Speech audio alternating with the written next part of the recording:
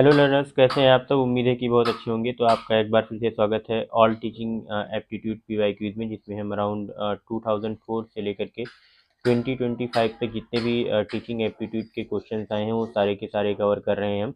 इसके अलावा हम मैथमेटिकल रीजनिंग और हमारा जो टीचिंग एप्टीट्यूड यूनिट है और जो रिसर्च एप्टीट्यूड, तो 4 यूनिट हम साथ साथ में कर रहे हैं। एक कम्युनिकेशन की भी है।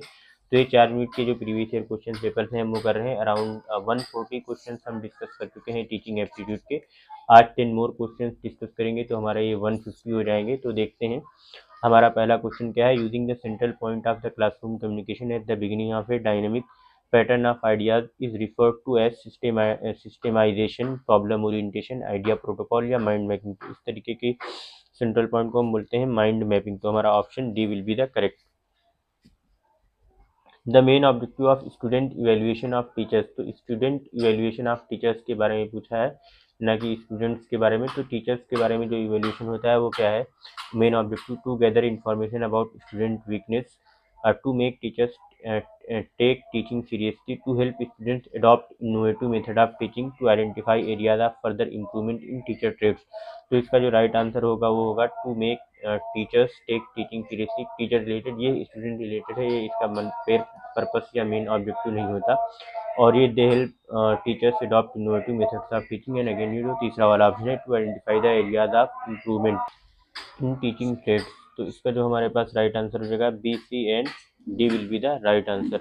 नेक्स्ट क्वेश्चन है, which of the following statement about teaching aids are correct. तो अब टीचिंग एड्स के बारे में पूछा है कि कौन से स्टेटमेंट्स करेक्ट है। They help in retaining concept for longer duration, ठीक है।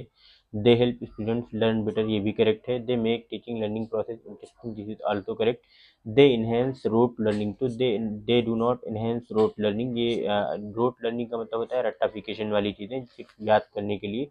तो समझने में और बेहतर तरीके से लर्न करने में वो हेल्प करते हैं। तो इस तरीके से हमारा जो राइट ऑप्शन हो जाएगा A B C, A B and C.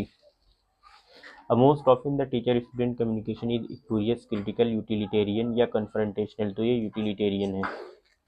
Next question है हमारा, in a classroom a communicator's trust level is determined by the use of hyperbole, no the change of voice level, no the use of abstract concept. No, तो इसका जो right answer होगा वो eye contact.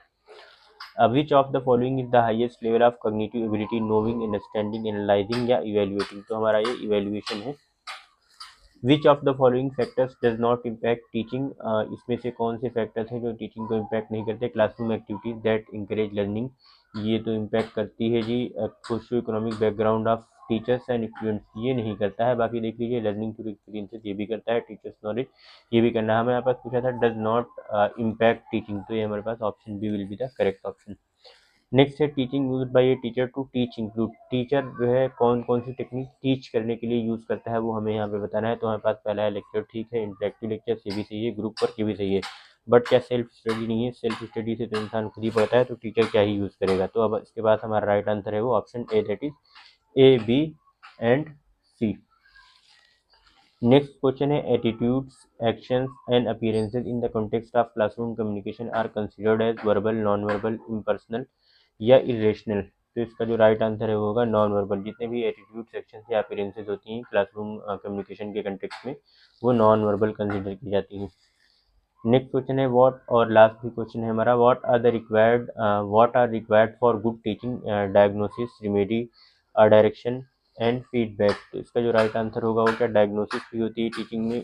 Diagnosis इस तरीके से होती है कि टीचर जो है वो स्टूडेंट की प्रॉब्लम को फाइंड आउट करता है और प्रॉब्लम्स को बेहतर करने की या ठीक करने की कोशिश करता है। तो रिमीडियल कोई ना कोई वो टीचिंग टेक्निक अपनाता है इससे स्टूडेंट्स में, और जो उसका स्टूडेंट का लर्निंग प्रोसेस है वो बेहतर हो सके। डायरेक्शन देता है कि कैसे सीखें बच्चे, कैसे पढ़ें, और फीडबैक भी उसमें इंक्लूड होता है। टीचर भी फीडबैक देता है स्टूडेंट के बारे में और स्टूडेंट भी टीचर के बारे में फीडबैक देता है। तो ये पूरा सर्कुलर प्रोसेस होता है। तो इस तरीके से सारी चीज़ें हो जाएंगी 1 2 3 4। तो A B C and D, यहाँ पे ये गलती से हो गया है, तो यहाँ पे आप ए बी सी समझ लीजिए, A B C and D. तो इस तरीके से हमारे आज के 10 क्वेश्चन कंप्लीट हो गए। दोस्तों अगर लाइक करें, शेयर करें, सब्सक्राइब करें अगर पसंद आया हो।